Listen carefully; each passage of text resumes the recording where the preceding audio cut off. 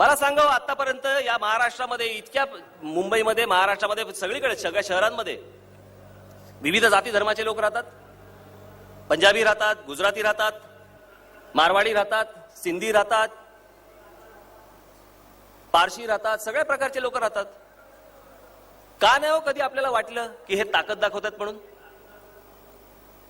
कधीच आपल्याला असं वाटलं नाही की बाबा गरबा चाललाय, दांडिया चाललाय, हे बघा कशी आपली ताकद दाखवतात. कधीच नाही वाटलं. आपणही त्यात समरस होतो. तेवढ्यापुरता तो 9 दिवसाचा दांडिया होतो, गरबा होतो, संपला विषय. बंगाली बांधवांची इकडे दुर्गा पूजा असते. मी लहानपणापासून जात असे. मला नाही कधी वाटलं की बंगाली लोक इथे ताकद दाखवतात.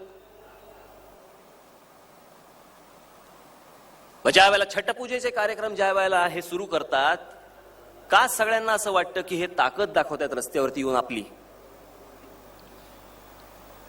मी त्याशी असाच चाललो होतो एका कार्यक्रमाला. मला माहितीच नव्हतं हे काय लफडं. बघतोय सगळीकडे उत्तर प्रदेश दिन, उत्तर प्रदेश दिन, उत्तर प्रदेश दिन, उत्तर प्रदेश दिन.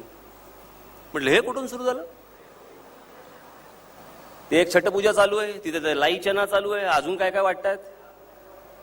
त्याच्यात हे नवीन आता उत्तर प्रदेश दिन काय लफडं सुरू झालं? ते बघितल्यावर माझं टाळकच सरकलं.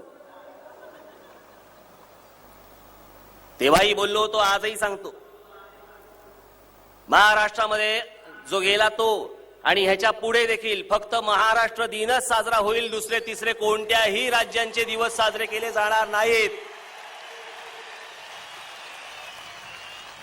माझ्या या विधानावरती राज्य सरकारला जर मला अटक करायची असेल तर त्यांनी करावी, खुशाल करावी. कितीही वेळा यासाठी मी जेलमध्ये जायला तयार आहे, परंतु मी ही असती नसती लफडी मी महाराष्ट्रात होऊ देणार नाही.